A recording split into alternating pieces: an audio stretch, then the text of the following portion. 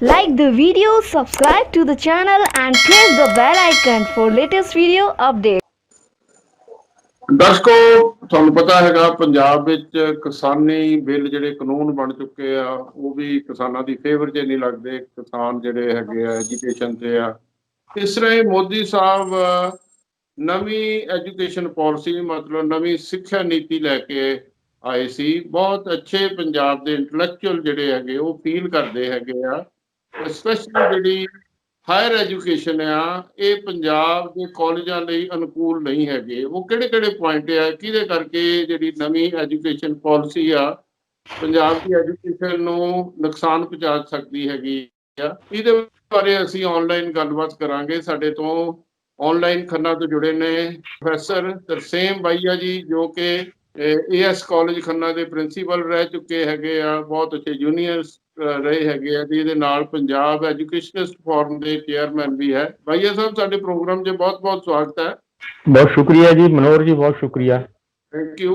ਇਹ ਇੱਕ ਤਾਂ ਚਲੋ ਖੇਤੀ ਬਿੱਲਾਂ ਦਾ ਜਿਹੜੇ ਕਾਨੂੰਨ ਬਣੇ ਉਹ ਤਾਂ ਅਲੱਗ ਪੰਗਾ ਪਿਆ ਹੈਗਾ। ਇਹ ਜਿਹੜੀ ਹੈਗੀ ਆ, ਬਹੁਤ ਸਾਰੇ ਅੱਗੇ ਵੀ ਮੈਂ ਇੱਕ ਦੋ ਪ੍ਰੋਗਰਾਮ ਕੀਤੇ ਹੈਗੇ ਆ, ਉਹਨਾਂ ਦੇ ਵੀ ਮਿਕਸ ਜਿਹੀ ਫੀਲਿੰਗ ਸੀ। ਬਹੁਤੇ ਦੇ ਵਰ ਨਾਟ ਮਚ ਹੈਪੀ ਐਜੂਕੇਸ਼ਨਿਸਟ।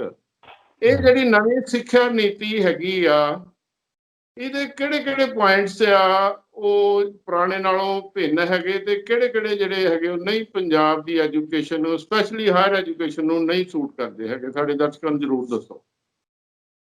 ਭਾਰਤ ਜੀ, ਮੈਂ ਤੁਹਾਨੂੰ ਇੱਕ ਤਾਂ ਬੜੀ ਪੁਰਾਣੀ ਗੱਲ ਤੁਹਾਨੂੰ ਚੇਤੇ ਕਰਾਵਾਂ ਕਿ ਜਦੋਂ 1986 ਦੀ ਵਿਦਿਆ ਨੀਤੀ ਆਈ ਸੀ, ਉਦੋਂ ਤੁਸੀਂ ਮੇਰੇ ਨਾਲ ਗੱਲਬਾਤ ਕੀਤੀ ਸੀ ਸਟੂਡੀਓ ਵਿੱਚ। ਉਦੋਂ ਵੀ ਕੀਤੀ ਸੀ, ਆਈ ਰਿਮੈਂਬਰ। ਹਾਂਜੀ ਹਾਂਜੀ ਹਾਂ, you might B remembering it, ਕਿਉਂਕਿ ਜੀ, ਅਸੀਂ ਜਵਾਹਰ ਐਜੂਕੇਸ਼ਨ ਵਿੱਚ ਕੀਤੀ ਸੀ। ਹਾਂਜੀ ਹਾਂਜੀ ਹਾਂ ਐਜੂਕੇਸ਼ਨ ਦੇ ਮਸਲਿਆਂ ਤੇ ਆਪਾਂ ਲਗਾਤਾਰ ਹੀ ਚਰਚਾ ਕਰਦੇ ਹਾਂ, ਵਿਚਾਰ ਵਟਾਂਦਰਾ ਕਰਦੇ ਹਾਂ।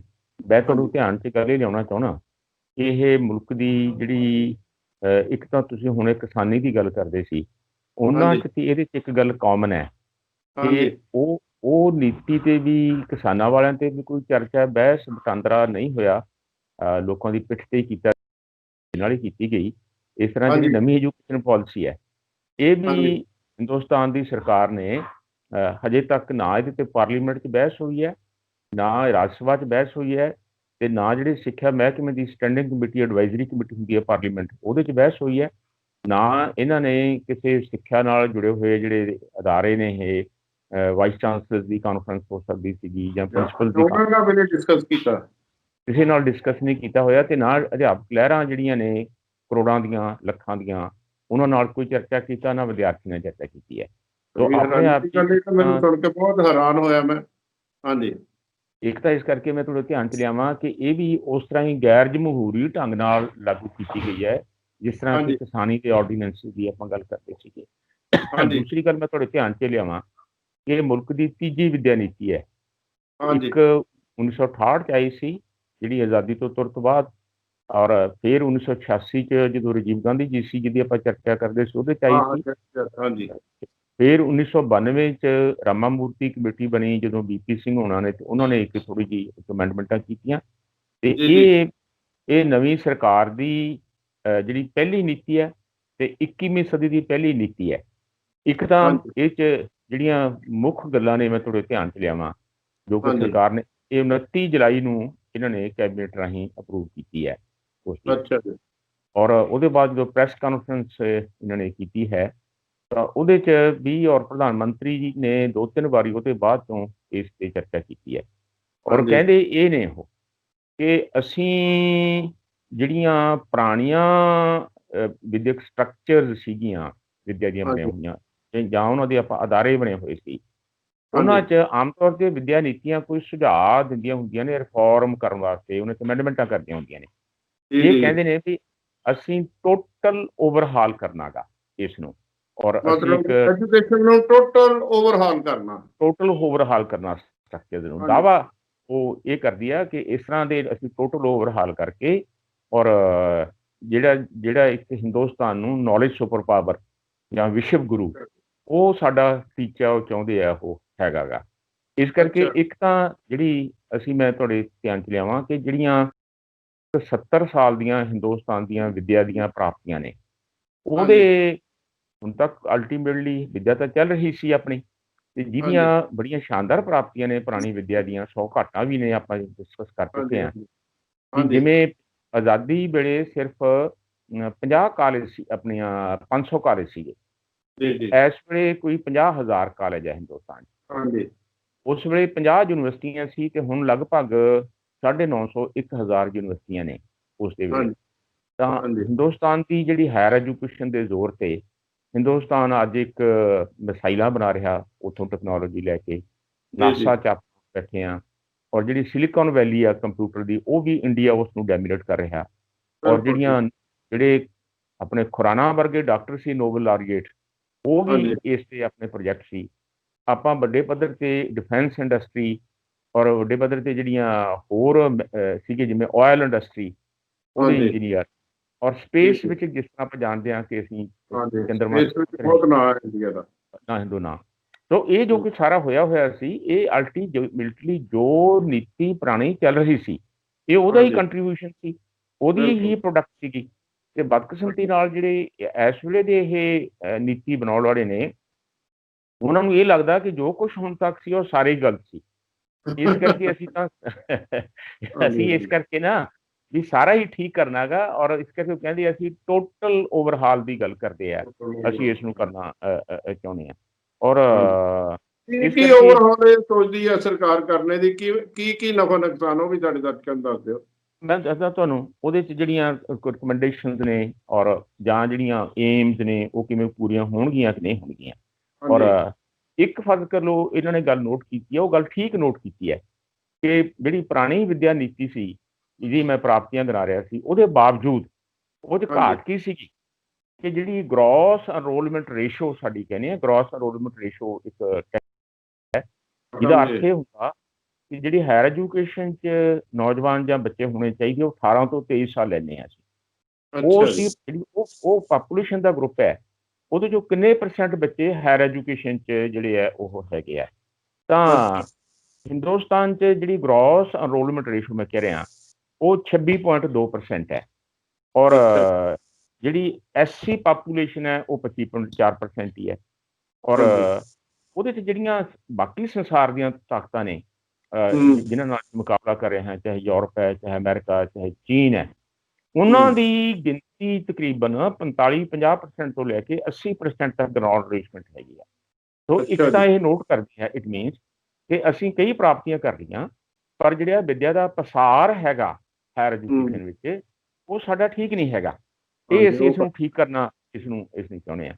ਔਰ ਬਿਲਕੁਲ ਇਹ ਵੈਲਕਮ ਸੁਜੈਸ਼ਨ ਹੈ, ਪਰ ਇਸ ਨੂੰ ਕਰਨਾ ਕਿਵੇਂ ਆ, ਇਸ ਨੂੰ ਕਿਵੇਂ ਠੀਕ ਕਰਨਾ, ਉਹਦੇ ਲਈ ਸੁਝਾਅ ਐਜੂਕੇਸ਼ਨ ਨੀਤੀ ਕੀ ਦਿੰਦੀ ਹੈ। ਇਸ ਵੇਲੇ ਤੁਸੀਂ ਹੈਰਾਨ ਹੋਵੋਗੇ ਕਿ ਮੈਂ ਕਈ ਵਾਰ ਸੋਚਦਾ ਵੀ ਯਾਰ ਆਪਾਂ ਕੀ ਕਰ ਰਹੇ ਹਾਂ। ਇਸ ਵੇਲੇ ਹਾਇਰ ਐਜੂਕੇਸ਼ਨ 'ਚ ਤਕਰੀਬਨ 37 ਮਿਲੀਅਨ ਸਟੂਡੈਂਟ ਹੈ, ਜਿਹਨੂੰ ਆਪਾਂ ਕਹਿ ਸਕਦੇ ਹਾਂ ਕਿ 3 ਕਰੋੜ 70 ਲੱਖ ਦੇ ਕਰੀਬ ਹੈਗੇ ਆ। ਔਰ ਇਹ ਚਾਹੁੰਦੇ ਆ ਕਿ ਅਸੀਂ ਆਉਣ ਵਾਲੇ 10-15 ਸਾਲਾਂ 'ਚ ਜਿਹੜੀ ਗ੍ਰੋਸ ਐਨਰੋਲਮੈਂਟ ਰੇਸ਼ੋ ਹੈ, ਜਿਹੜੀ ਮੈਂ ਕਿਹਾ ਹੁਣ 25-26% ਹੈ, ਉਹਨੂੰ ਅਸੀਂ 50% ਕਰਨਾ ਚਾਹੁੰਦੇ ਹਾਂ, 50% ਕਰਨਾ ਚਾਹੁੰਦੇ ਹਾਂ। ਉਹ ਦੈਟ ਇਜ਼ ਵੈਲਕਮ 50% ਕਰਨਾ ਚਾਹੁੰਦੇ ਹਾਂ, ਜਿਹੜੀ ਮੈਂ ਕਹਿਣਾ ਕਿ ਆਪਣੇ ਹਿੰਦੁਸਤਾਨ 'ਚ ਘੱਟ ਹੈ, ਅਸੀਂ ਹੁਣ ਤੋਂ ਦੁੱਗਣੀ ਕਰਨਾ ਚਾਹੁੰਦੇ ਹਾਂ। ਪਰ ਮੈਨੂੰ ਇਹ ਦੱਸੋ ਕਿ ਜੇ ਵਿਦਿਆਰਥੀਆਂ ਦੀ ਗਿਣਤੀ ਆਪਾਂ ਦੁੱਗਣੀ ਕਰਨੀ ਆ, ਤਾਂ ਫਿਰ ਆਪਾਂ ਨੂੰ ਸਕੂਲ, ਜਿਹੜੇ ਕਾਲਜ, ਯੂਨੀਵਰਸਿਟੀਆਂ ਜ਼ਿਆਦਾ ਚਾਹੀਦੀਆਂ ਨੇ ਕਿ ਘੱਟ ਚਾਹੀਦੀਆਂ ਨੇ? ਮੈਂ ਸਿੰਪਲ ਗੱਲ ਚਾਹੁੰਦਾ, ਜੇ ਹੁਣ ਆਪਣਾ 3 ਕਰੋੜ 70 ਲੱਖ ਚਾਹੀਦੇ ਆ, ਪਰ ਇਹ ਕਹਿੰਦੇ ਸਿਫਾਰਿਸ਼ ਕੀ ਹੈ ਉਸਦੀ, ਇਹਨੂੰ ਲਾਗੂ ਕਿਵੇਂ ਕਰਨਾ ਚਾਹੁੰਦੇ ਆ? ਲਾਗੂ ਇਸ ਨੂੰ ਇਹ ਕਰਨਾ ਚਾਹੁੰਦੇ ਆ ਕਿ ਅਸੀਂ ਜਿਹੜੀਆਂ ਇੰਸਟੀਟਿਊਸ਼ਨਸ ਨੇ, ਕਿ ਜੀ ਉਹ ਛੋਟੀਆਂ ਇੰਸਟੀਟਿਊਸ਼ਨਸ ਉਹ ਵਾਇਬਲ ਨਹੀਂ ਹੈ। ਤਾਂ ਅਸੀਂ ਇਹ ਚਾਹੁੰਦੇ ਹਾਂ ਕਿ ਜਿਹੜੀਆਂ ਛੋਟੀਆਂ ਇੰਸਟੀਟਿਊਸ਼ਨਸ ਨੇ ਉਹ ਨਹੀਂ ਚਾਹੀਦੀਆਂ। ਔਰ ਇਹ ਚਾਹੁੰਦੇ ਇਹ ਹੈ ਕਿ ਜੋ ਇਹਨਾਂ ਦੀ ਰਿਕਮੈਂਡੇਸ਼ਨ ਹੈ ਕਿ ਹਾਇਰ ਐਜੂਕੇਸ਼ਨ ਇੰਸਟੀਟਿਊਸ਼ਨ ਜਿਹੜੀਆਂ ਕਹਿੰਦੇ ਆ HEI, ਜਿਹਦੇ 'ਚ ਯੂਨੀਵਰਸਿਟੀਆਂ ਵੀ ਹੈ, ਰਿਸਰਚ ਯੂਨੀਵਰਸਿਟੀਆਂ ਵੀ ਹੈ, ਔਰ ਜਿਹਦੇ 'ਚ ਕਾਲਜ ਵੀ ਹੈ ਆਪਣੇ। ਔਰ ਇਹ ਜਿਹੜੀ ਹੈ ਇਹ ਛੋਟੇ ਨਹੀਂ ਵਾਇਬਲ ਹੈ, ਇਸ ਕਰਕੇ ਇਹ ਉਹ ਕਾਲਜ ਚਾਹੀਦਾ, ਉਹ ਯੂਨੀਵਰਸਿਟੀ ਚਾਹੀਦੀ ਹੈ, ਉਹ ਕਾਲਜ ਚਾਹੀਦਾ ਹੈ ਜਿੱਥੇ ਵਿਦਿਆਰਥੀਆਂ ਦੀ ਗਿਣਤੀ ਘੱਟੋ ਘੱਟ 3000 ਹੋਵੇ, 3000 ਤੋਂ 5000, ਤੇ ਘੱਟੋ ਘੱਟ 3000 ਹੋਵੇ। ਔਰ ਜਿਹੜੇ ਛੋਟੇ ਕਾਲਜ ਇੰਸਟੀਟਿਊਸ਼ਨਸ ਨੇ, ਉਹਨਾਂ ਦੀ ਕੋਈ ਖਤਮ ਹੋ ਜਾਣਗੇ ਆਟੋਮੈਟਿਕਲੀ ਆਪਣੇ ਆਪ। ਹਾਂ, ਉਹੀ ਮੈਂ ਤੁਹਾਡੇ ਧਿਆਨ 'ਚ ਲਿਆਉਣਾ ਚਾਹੁੰਦਾਗਾ ਕਿ ਇਸ ਵੇਲੇ ਜੇ ਆਪਾਂ ਹਿੰਦੁਸਤਾਨ ਦੀ ਗੱਲ ਕਰੀਏ, ਮੈਂ ਤੁਹਾਡੇ ਪੰਜਾਬ ਦੀ ਵੀ ਤੁਹਾਨੂੰ ਅੰਕੜਾ ਉਹਦਾ ਦੇ ਦਿਆਂਗਾ ਕਿ ਹਿੰਦੁਸਤਾਨ 'ਚ ਤਕਰੀਬਨ 18% ਕਾਲਜ ਹੈ ਜਿੱਥੇ ਜਿਹੜੀ ਗਿਣਤੀ ਹੈ ਬੱਚਿਆਂ ਦੀ 100 ਤੋਂ ਵੀ ਘੱਟ ਹੈ, ਤੇ 46% ਕਾਲਜ ਹੈ ਜਿੱਥੇ ਗਿਣਤੀ 100 ਤੋਂ ਵੱਧ 500 ਤੋਂ ਘੱਟ ਹੈ। ਇਟ ਮੀਨਸ 65% ਕਾਲਜ ਹਿੰਦੁਸਤਾਨ 'ਚ ਇਹੋ ਜਿਹੇ ਹੋ ਗਏ, 65% ਜਿੱਥੇ ਕਿ ਵਿਦਿਆਰਥੀਆਂ ਦੀ ਗਿਣਤੀ 500 ਤੋਂ ਘੱਟ ਹੈ। ਔਰ ਜੇ 500 ਤੋਂ ਘੱਟ ਹੈ ਔਰ ਇਹ ਚਾਹੁੰਦੇ ਆ ਕਿ ਘੱਟੋ ਘੱਟ ਜਿਹੜੀ ਗਿਣਤੀ ਹੈ ਉਹ ਜਿਹੜੀ ਹੈ ਉਹ 3000 ਹੋਵੇ, ਤਾਂ ਸਿਰਫ 3000 ਦੀ ਗਿਣਤੀ ਵਾਲੇ ਜਿਹੜੇ ਕਾਲਜ ਹੈ ਹਿੰਦੁਸਤਾਨ 'ਚ, 3000 ਦੀ ਗਿਣਤੀ ਵਾਲੇ ਉਹ ਸਿਰਫ 3.6% ਹੈ। ਇਹਨਾਂ ਦਾ ਆਪਣਾ ਜੋ ਡਾਟਾ ਨੀਤੀ 'ਚ ਦਿੱਤਾ ਉਹ 3.6% ਕਾਲਜ ਹੈ ਜਿੱਥੇ ਗਿਣਤੀ 3000 ਤੋਂ ਵੱਧ ਹੈ। ਸੋ ਇੱਕ ਤਾਂ ਇਹ ਨੀਤੀ ਇਸ ਕਰਕੇ ਜਿਹੜਾ ਛੋਟਾ ਕਾਲਜ ਹੈ, ਜਿਹੜਾ ਹੈਗਾ ਛੋਟੀ ਇੰਸਟੀਟਿਊਸ਼ਨ, ਉਹਦੇ ਹੱਕ 'ਚ ਨਹੀਂ ਹੈ। ਇਹ ਚਾਹੁੰਦੇ ਨੇ ਕਿ ਵੀ ਜਾਂ ਤਾਂ ਵੱਡੇ ਹੋ ਜਾਓ, ਤਾਂ ਜਾਂ ਆਸੇ ਪਾਸੇ ਦੇ ਜਿਹੜੇ ਜੇ ਕੋਈ ਰਲ ਸਕਦਾ ਕਿਸੇ ਨਾਲ ਦੇ ਕਾਲਜਾਂ 'ਚ ਕਲਸਟਰ ਬਣ ਜਾਓ, ਉਹਦੇ ਨਾਲ ਜੁੜ ਜਾਓ, ਤੇ ਜਾਂ ਫਿਰ ਬੰਦ ਹੋ ਜਾਓ। ਤਾਂ ਜਿਹਨੂੰ ਮੈਂ ਪੰਜਾਬ ਦੇ ਨਾਲ ਜੋੜ ਕੇ ਤੁਸੀਂ ਹੋਰ ਤੁਹਾਨੂੰ ਤਸਵੀਰ ਕਲੀਅਰ ਹੋ ਜਾਏਗੀ ਇਸ ਨੂੰ ਕਿ ਵੀ ਪੰਜਾਬ ਦੇ ਵਿੱਚ 3000 ਵਿਦਿਆਰਥੀਆਂ ਦੀ ਗਿਣਤੀ ਵਾਲੇ ਇਸ ਵੇਲੇ ਪੰਜਾਬ 'ਚ 1000 ਤੋਂ ਵੱਧ ਕਾਲਜ ਨੇ, 1200-1300 1400 ਕਾਲਜ ਹੋ ਸਕਦੇ ਆ ਆਪਣੇ ਕੋਲੇ।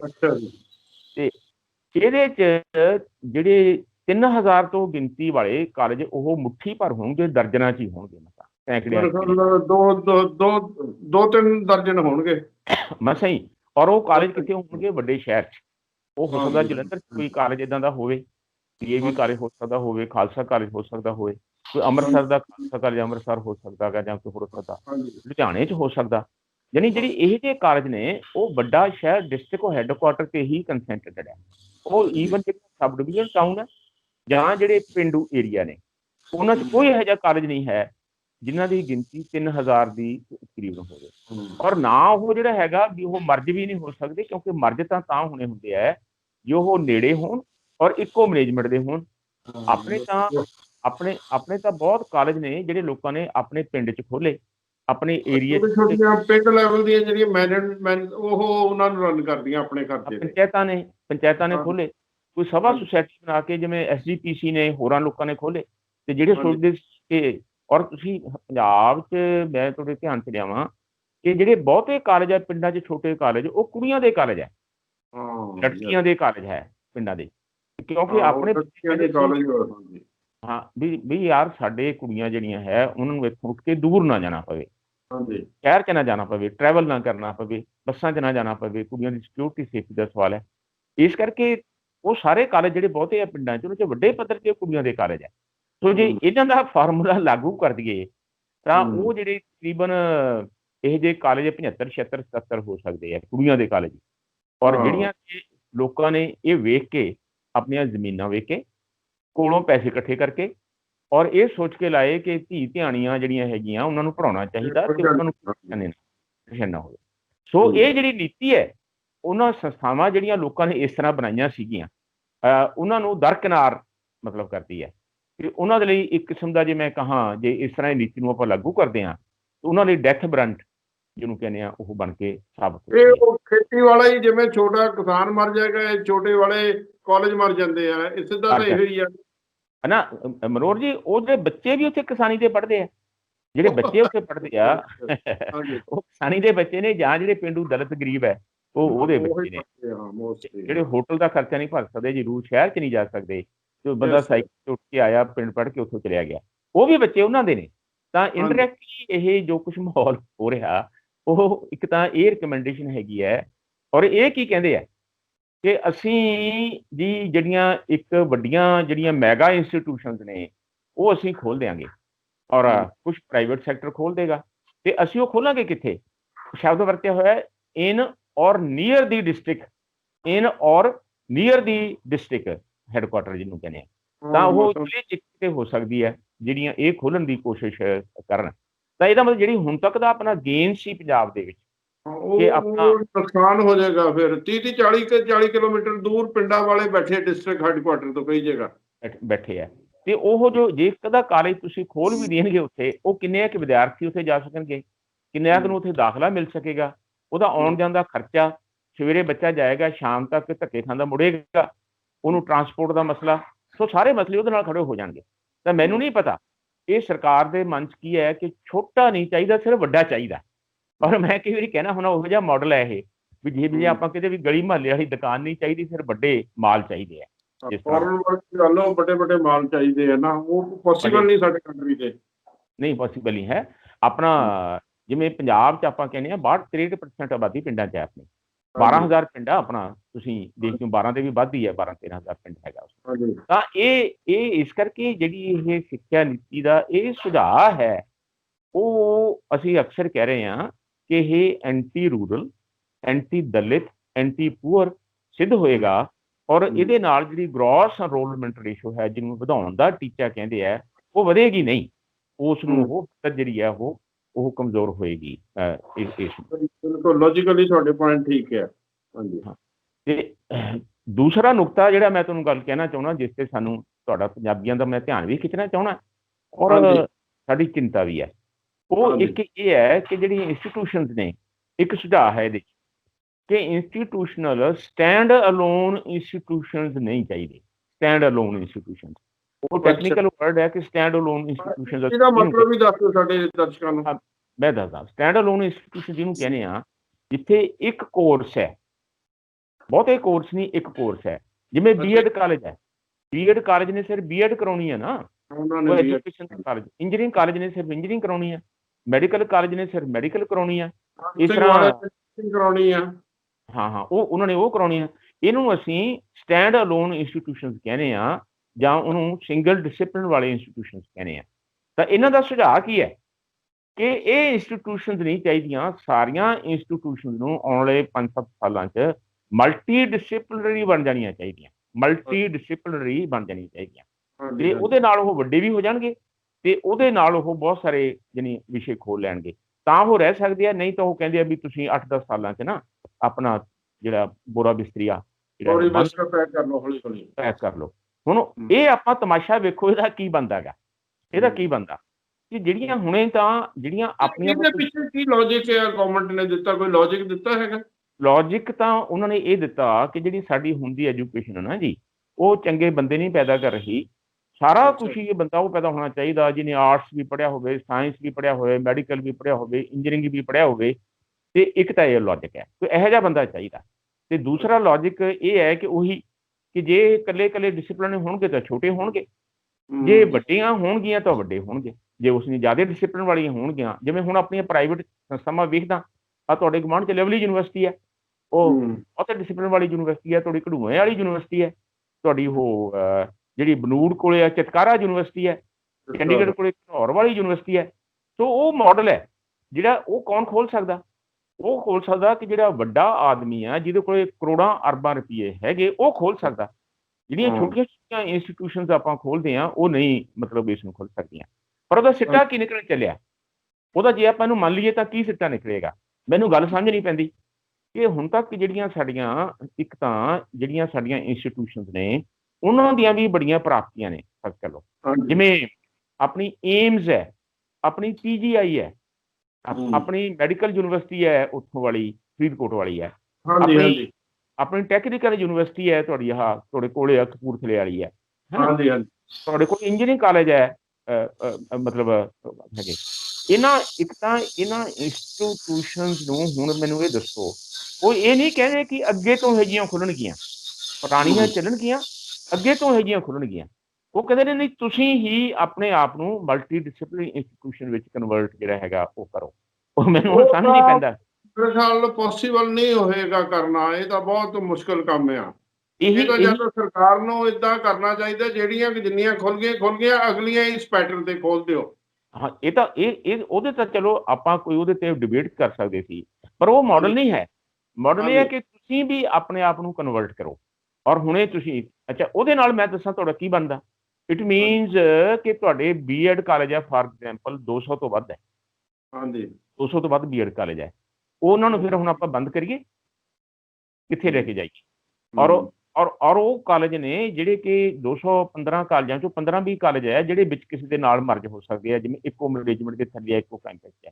ਜਿਵੇਂ ਤੁਹਾਡੇ ਜਲੰਧਰ ਵਾਲਾ ਹੋ ਸਕਦਾ, ਫਗਵਾੜੇ ਵਾਲਾ ਹੋ ਸਕਦਾ, ਤੁਹਾਡਾ ਅਬੋਹਰ ਵਾਲਾ ਕਾਲਜ ਹੈਗਾ, ਮੋਗੇ ਵਾਲਾ ਕਾਲਜ ਹੈਗਾ, ਫਿਰੋਜ਼ਪੁਰ ਵਾਲਾ ਕਾਲਜ ਹੈਗਾ, ਲੁਧਿਆਣੇ 'ਚ ਇੱਕ ਦਾ ਕਾਲਜ ਹੈ ਇੱਦਾਂ ਦਾ, ਖੰਨੇ ਸਾਡੇ ਇੱਕ ਕਾਲਜ ਆ, ਸਾਡੇ ਕਾਲਜ ਦੇ ਵਿੱਚ ਹੈ।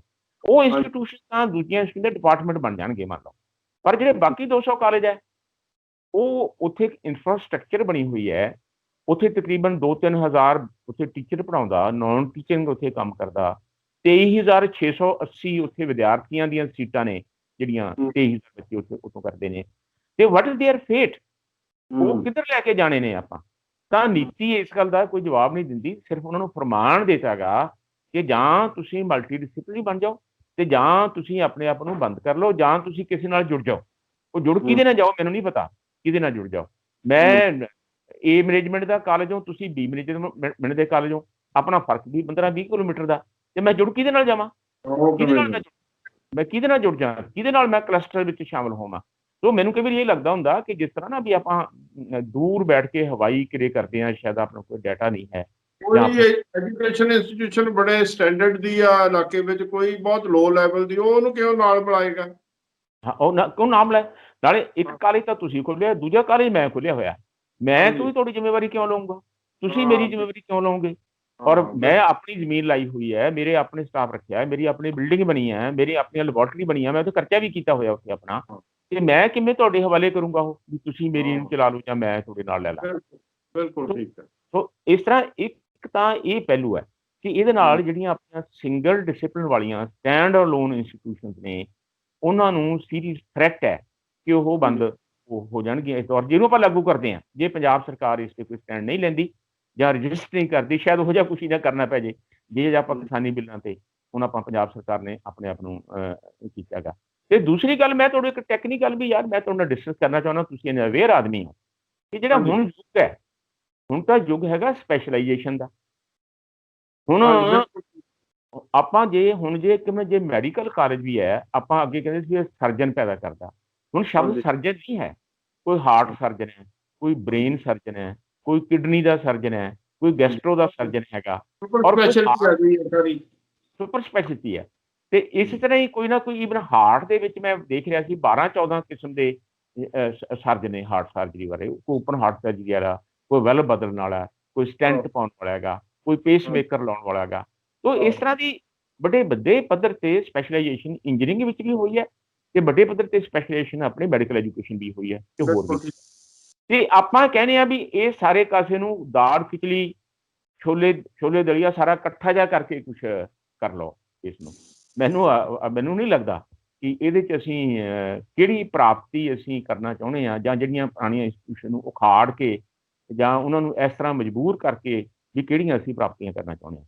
ਸੋ ਇਸ ਕਰਕੇ ਇਹਦੇ ਤੇ ਵੀ ਮੈਨੂੰ ਲੱਗਦਾ ਹੈਗਾ ਕਿ ਪੰਜਾਬ ਦਾ ਜਿਹੜੀਆਂ ਅਸੀਂ ਪ੍ਰੋਫੈਸ਼ਨਲ ਐਜੂਕੇਸ਼ਨ 'ਚ ਅਸੀਂ ਸਾਡੀਆਂ ਪ੍ਰਾਪਤੀਆਂ ਨੇ, ਜਿਹੜੀਆਂ ਸਾਡੀਆਂ ਮੈਡੀਕਲ ਇੰਜੀਨੀਅਰਿੰਗ 'ਚ ਕਾਲਜ ਆਫ ਐਜੂਕੇਸ਼ਨ। ਥੋੜਾ ਜਿਹਾ ਸਵਾਲ ਬਾਈਆ ਸਾਹਿਬ ਪੁੱਛਦਾ ਹਾਂ, ਬੀਇੰਗ ਪ੍ਰੈਜ਼ੀਡੈਂਟ ਜਾਂ ਚੇਅਰਮੈਨ ਪੰਜਾਬ ਐਜੂਕੇਸ਼ਨਿਸਟ ਫੋਰਮ, ਤੁਸੀਂ ਆਨਰੇਬਲ ਪ੍ਰਾਈਮ ਮਿਨਿਸਟਰ ਮੋਦੀ ਸਾਹਿਬ ਨੂੰ ਤੁਸੀਂ ਕੋਈ ਮੇਲ ਨਹੀਂ ਕੀਤੀ ਆਪਣੇ ਸੁਜੈਸ਼ਨ ਦੀ? ਪਿੱਛੇ ਜੇ ਉਹਨਾਂ ਨੇ ਵਰਚੁਅਲ ਕਾਨਫਰੰਸ ਵੀ ਕੀਤੀ ਸੀ ਐਜੂਕੇਸ਼ਨ ਪਾਲਿਸੀ ਦੀ, ਕੁਛ ਇੱਦਾਂ ਦਾ ਉਹਨਾਂ ਨੂੰ ਜਾਂ ਐਜੂਕੇਸ਼ਨ ਮਿਨਿਸਟਰ ਨੂੰ? ਮੈਂ ਤੁਹਾਨੂੰ ਦੱਸਦਾ ਗੱਲ, ਇਹਨਾਂ ਨੇ ਪਹਿਲਾਂ ਇਸ ਐਜੂਕੇਸ਼ਨ ਪਾਲਿਸੀ ਦਾ ਪਿਛਲੇ ਸਾਲ ਖਰੜਾ ਇਸ਼ੂ ਕੀਤਾ ਸੀ, ਡਰਾਫਟ। ਅੱਛਾ, ਖਰੜਾ ਭੇਜਿਆ, 484 ਪੇਜਾਂ ਦਾ ਭੇਜਿਆ ਸੀਗਾ। ਤੇ ਉਹਦੇ ਤੇ ਅਸੀਂ ਪੰਜਾਬ ਉਹ ਸਟੇਟ ਸੀ ਜਿਨ੍ਹਾਂ ਨੇ 3-4 ਸੈਮੀਨਾਰ ਕੀਤੇ। ਉਹਦੇ 'ਚ ਅਸੀਂ ਵਾਈਸ ਚਾਂਸਲਰ ਇਕੱਠੇ ਕੀਤੇ, ਸਰਦਾਰਾ ਸਿੰਘ ਜੌਹਲ ਚਾਂਸਲਰ ਸੀ, ਉਹਦੇ ਨਾਲ ਸਿਟਿੰਗ ਕੀਤੀਆਂ, ਔਰ ਇੰਡੀਅਨ ਇੰਸਟੀਚਿਊਟ ਆਫ ਸਾਇੰਸ ਦਾ ਜਿਹੜਾ ਚੰਡੀਗੜ੍ਹ ਦਾ ਡਾਇਰੈਕਟਰ ਸੀਗਾ, ਉਹਨਾਂ ਨਾਲ ਸਿੱਟ ਬੈਠੇ, ਯੂਨੀਵਰਸਿਟੀਆਂ ਦੇ ਪ੍ਰੋਫੈਸਰ ਵਿੱਚ ਬੈਠੇ ਸੀ, ਪ੍ਰਿੰਸੀਪਲ ਵਿੱਚ ਬੈਠੇ, ਤਾਂ ਵਿਚਾਰ ਵਟਾਂਦਰਾ ਅਸੀਂ 5 ਸੈਮੀਨਾਰ ਕੀਤੇ। ਉਹਦੇ ਆਧਾਰ ਤੇ ਅਸੀਂ ਆਪਣੀਆਂ ਰਿਕਮੈਂਡੇਸ਼ਨ ਬਣਾਈਆਂ ਕਿ ਸਾਡੇ ਮੁਤਾਬਕ ਆਹ ਗੱਲਾਂ ਇੱਥੇ ਹੈ ਨਹੀਂ ਠੀਕ ਹੋਣ ਵਾਲੀਆਂ ਨੇ। ਐਂਡ ਫਾਰਮਲੀ ਅਸੀਂ ਜਿਸ ਡੇਟ ਤੱਕ ਗਵਰਨਮੈਂਟ ਆਫ ਇੰਡੀਆ ਨੇ ਸਾਥੋਂ ਮੰਗੀਆਂ ਸੀ ਅਸੀਂ ਭੇਜੀਆਂ ਉਸਨੂੰ। ਪਰ ਮੈਂ ਮੁੜ ਕੇ ਪੜ੍ਹਿਆ ਗਾ, ਉਹ ਹੁਣ 484 ਪੇਜਾਂ ਦੀ ਥਾਂ ਤੇ 66 ਪੇਜ ਉਹਨੂੰ ਛੋਟੇ ਕਰਕੇ ਚਲੋ ਉਸਨੂੰ ਉਹ ਭੇਜਦਾ ਗਾ, ਪਰ ਉਹਦੇ ਚੋਂ ਕੋਈ ਗੱਲ ਉਹਨਾਂ ਨੂੰ ਸਾਡੀ ਪਸੰਦ ਹੀ ਨਹੀਂ ਆਈ। ਤੁਸੀਂ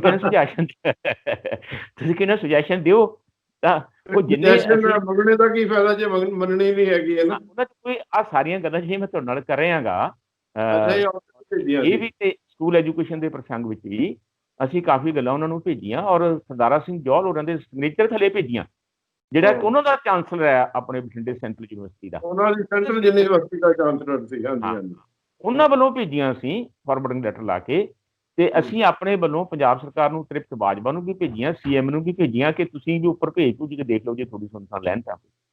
ਔਰ ਪਰ ਉਹ ਜਿਵੇਂ ਕਹਿੰਦੇ ਹੁੰਦੇ ਆ ਨਾ ਬਈ, ਮੈਨੂੰ ਇਹ ਲੱਗਦਾ ਕਿ ਸ਼ਾਇਦ ਮੋਦੀ ਸਾਹਿਬ ਤੇ ਉਹਨਾਂ ਦੇ ਸਲਾਹਕਾਰਾਂ ਨੂੰ ਲੱਗਦਾ ਕਿ ਸਾਰੀ ਸਿਆਣਪ ਤੇ ਸਾਰੀ ਅਕਲ ਉਹਨਾਂ ਕੋਲ ਹੈ। ਜਿਹੜੇ ਅਸੀਂ ਪੁਰਾਣੀ ਨੀਤੀ ਦੇ ਨਾਲ ਪੜ੍ਹੇ ਹੋਏ ਆ ਨਾ, ਉਹ ਸਾਨੂੰ ਲੱਗਦਾ ਵੀ ਉਹਨਾਂ ਨੂੰ ਜਾਂ ਸਾਡੇ ਤੇ ਇਤਬਾਰ ਨਹੀਂ ਹੈ, ਤੇ ਜਾਂ ਸਾਡੀ ਲਿਆਕਤ ਜਾਂ ਸੂਝ ਤੇ ਉਹਨਾਂ ਨੂੰ ਕੋਈ ਮਤਲਬ ਵਿਸ਼ਵਾਸ ਨਹੀਂ ਹੈਗਾ। ਇਸ ਕਰਕੇ ਇਹ ਨਹੀਂ ਕਿ ਅਸੀਂ ਕੀਤਾ ਨਹੀਂ। ਏਦਾਂ ਨਾ ਬਾਈਆ ਸਾਹਿਬ, ਗੱਲਬਾਤ ਬਹੁਤ ਵਧੀਆ ਚੱਲ ਰਹੀ। ਆਪਾਂ 2-3 ਐਪੀਸੋਡ ਹੋਰ ਕਰ ਲਏ। ਆਪਣੇ ਕੋਲ 3 ਮਿੰਟ ਇਸ ਅੱਧੇ ਘੰਟੇ ਵਿੱਚੋਂ ਐਪੀਸੋਡ 'ਚ ਪਏ ਹੈਗੇ ਆ।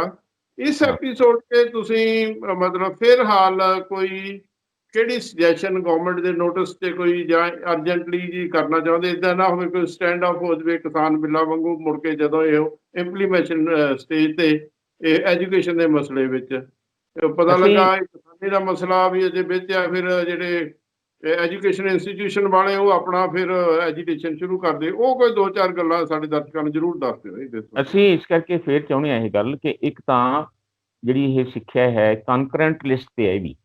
ਹਾਂਜੀ ਹਾਂਜੀ।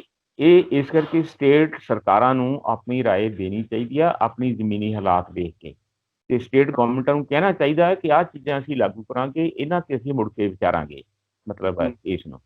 ਔਰ ਦੂਸਰੀ ਗੱਲ, ਜਿਹੜੇ ਮਤਲਬ ਸਟੇਕ ਹੋਲਡਰਸ ਨੇ, ਸਾਡੇ ਵਿਦਿਆਰਥੀ ਨੇ, ਜਿਨ੍ਹਾਂ ਦੇ ਬਹੁਤ ਮਾੜਾ ਅਸਰ ਵਿਦਿਆਰਥੀਆਂ ਤੇ ਇਸ ਦਾ ਮਤਲਬ ਹੈਗਾ, ਕਿਉਂਕਿ ਇੱਕ ਸੁਝਾਅ ਇਹ ਹੈਗਾ ਕਿ ਬਹੁਤੀ ਸਿੱਖਿਆ ਨੂੰ ਇਹ ਪ੍ਰਾਈਵੇਟ ਸੈਕਟਰ ਨੂੰ ਦੇ ਦਿਓ, ਗਵਰਨਮੈਂਟ ਫੰਡਿੰਗ ਘਟਾ ਦਿਓ ਇਸ ਤੇ ਪ੍ਰਾਈਵੇਟ ਸੈਕਟਰ ਅੱਗੇ ਵੀ ਚੰਗਾ ਕੰਮ ਕਰਦੇ ਹੋ, ਕਹਿੰਦੇ ਵੀ ਪੁੰਨ ਦਾ ਕੰਮ ਹੈ। ਕਦੀ ਮਾਫ ਕਰਨਾ ਬਾਈਆ ਸਾਹਿਬ, ਜਿੰਨਾ ਕੁ ਮੇਰਾ ਵੀ ਐਕਸਪੀਰੀਅੰਸ ਆ, ਉਹ ਫੀਸਾਂ ਬਹੁਤ ਲਏਗਾ। ਉਹ ਆਮ ਬੰਦਾ ਤਾਂ ਉਹ ਪ੍ਰਾਈਵੇਟ ਐਜੂਕੇਸ਼ਨ ਵਾਲੀ ਪੜ੍ਹ ਹੀ ਨਹੀਂ ਸਕਦਾ, ਬਾਕੀ ਗਰੀਬ ਬੰਦਾ ਤਾਂ ਕੀ ਕਰੇਗਾ ਫਿਰ? ਨਹੀਂ, ਉਹੀ ਹੈ, ਪਹਿਲਾਂ ਵੀ ਪ੍ਰਾਈਵੇਟ ਸੈਕਟਰ ਸੀਗਾ, ਤੇ ਅਸੀਂ ਮੰਗ ਤਾਂ ਇਹ ਕਰ ਰਹੇ ਸੀਗੇ ਕਿ ਪ੍ਰਾਈਵੇਟ ਸੈਕਟਰ ਨੂੰ ਕੰਟਰੋਲ ਕਰੋ, ਰੈਗੂਲੇਟ ਕਰੋ ਇਸ ਨੂੰ। ਪਰ ਇਹ ਨੀਤੀ ਇਹ ਕਹਿੰਦੀ ਹੈ ਕਿ ਪ੍ਰਾਈਵੇਟ ਸੈਕਟਰ ਨੂੰ ਰੈਗੂਲੇਟ ਨਾ ਕਰੋ, ਇਹਨਾਂ ਤੇ ਬਹੁਤੇ ਰੂਲ ਨਿਯਮ ਨਾ ਲਾਗੂ ਕਰੋ, ਤੇ ਜੋ ਕਰਦੇ ਇਹਨੂੰ ਫੀਸਾਂ ਮਰਜ਼ੀ ਲੈਣ, ਟੀਚਰਾਂ ਨੂੰ ਤਨਖਾਹਾਂ ਜੋ ਮਰਜ਼ੀ ਦੇਣ, ਔਰ ਉਹ ਇਹਨਾਂ ਨੂੰ ਐਵੇਂ ਤੰਗ ਜੇ ਨਾ ਕਰੋ, ਇਹ ਚੰਗਾ ਕੰਮ ਹੀ ਕਰ ਰਿਹਾ, ਇਹਨਾਂ ਨੂੰ ਉਤਸ਼ਾਹ ਦਿਓ। ਇਦਾਂ ਦੀ ਪ੍ਰੋਪਰ ਰੈਗੂਲੇਸ਼ਨ ਚਾਹੀਦੀ ਹੈ। ਉਹ ਚਾਹੁੰਦੇ ਆ ਵੀ ਨਾ ਹੋਵੇ ਇਹ। ਤੇ ਇੱਕ ਮੈਂ ਹੋਰ ਤੁਹਾਡੇ ਅਖੀਰ 'ਚ ਗੱਲ ਤੁਹਾਡੇ ਧਿਆਨ 'ਚ ਲਿਆਵਾਂ, ਇੱਕ ਇਹ ਚਾਹੁੰਦੇ ਆ ਵੀ ਜਿਹੜੇ ਕਾਲਜ ਵੱਧ ਜਾਣਗੇ, ਉਹ ਸਾਰੇ ਕਾਲਜ ਆਟੋਨੋਮਸ ਕਾਲਜ ਬਣਾ ਦਿਓ। ਆਟੋਨੋਮਸ ਕਾਲਜ ਬਣਾ ਦਿਓ।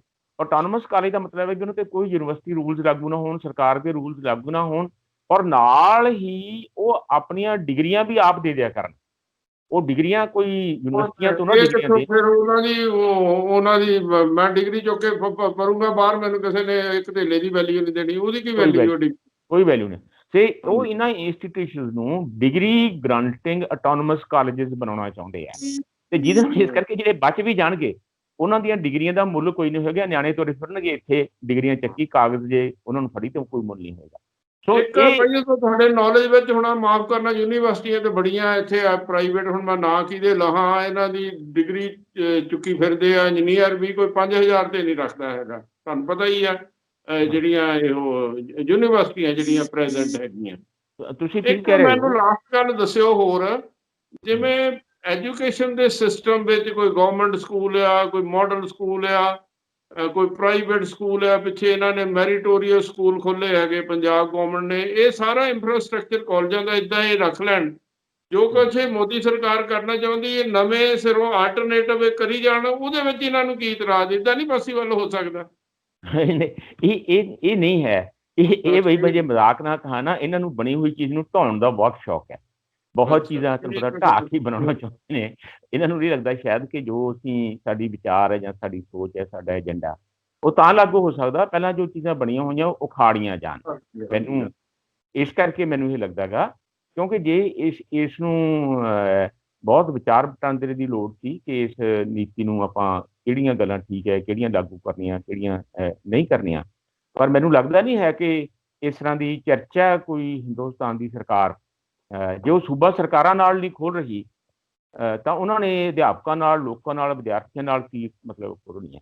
ਸਾਨੂੰ ਬਦਕਿਸਮਤੀ ਲੱਗਦੀ ਹੈ ਮੈਨੂੰ ਕਈ ਵਾਰੀ ਇਹ, ਕਿ ਜਿਹੜਾ ਮੁਲਕ 'ਚ ਵੱਧ ਰਿਹਾ ਇੱਕ ਸੈਂਟਰਲਾਈਜੇਸ਼ਨ ਦਾ ਰੁਝਾਨ ਹੈ, ਇੱਕ ਗੈਰ ਜਮਹੂਰੀ ਰੁਝਾਨ ਹੈ, ਡਿਕਟੇਟਰਸ਼ਿਪ ਦਾ ਰੁਝਾਨ ਹੈ, ਉਹ ਇਸ ਤਰ੍ਹਾਂ ਹੀ ਉਹ ਨੀਤੀ ਨੂੰ ਵੀ ਲਾਗੂ ਕਰਨਾ ਚਾਹੁੰਦੇ ਆ ਬਿਨਾਂ ਤੁਹਾਨੂੰ ਮੈਨੂੰ ਛੱਡਣਾ ਸਲਾਹ ਕਰੇ ਬਿਨਾਂ। ਤਾਂ ਚਲੋ ਇਹਦੇ ਸਰ ਤੁਸੀਂ ਬਹੁਤ ਵਧੀਆ ਜਾਣਕਾਰੀ ਦਿੱਤੀ। ਅਸੀਂ ਜਿਹੜਾ ਅਗਲਾ ਪੋਰਸ਼ਨ ਹੈ 2-3 ਐਪੀਸੋਡ ਕੱਲ ਕਰਾਂਗੇ ਦਰਸ਼ਕੋ। ਬਾਈਆ ਸਾਹਿਬ ਨਾਲ ਅਸੀਂ ਜਿਹੜੇ ਅਗਲੇ ਪੁਆਇੰਟ ਆ, ਕਾਫੀ ਇਹਨਾਂ ਨੇ ਮਿਹਨਤ ਕਰਕੇ ਟੌਪਿਕ ਤਿਆਰ ਕੀਤਾ, ਤੁਹਾਨੂੰ ਇਹ ਜ਼ਰੂਰ ਪਸੰਦ ਆਉਣਗੇ।